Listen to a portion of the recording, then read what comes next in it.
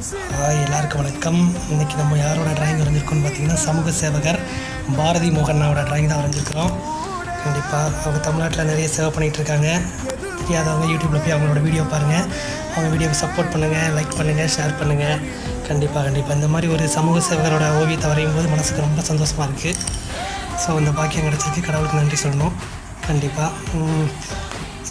பாரதி மோகனாவோட பணி சிறந்து வரணும். கண்டிப்பாக கடவுள்கிட்ட வேண்டிக்கிறேன். தேங்க்யூ. எல்லோரும் அவரோட வீடியோக்கெல்லாம் சப்போர்ட் பண்ணுங்கள், வீடியோ பாருங்கள், லைக் பண்ணுங்கள். Okay, thank you.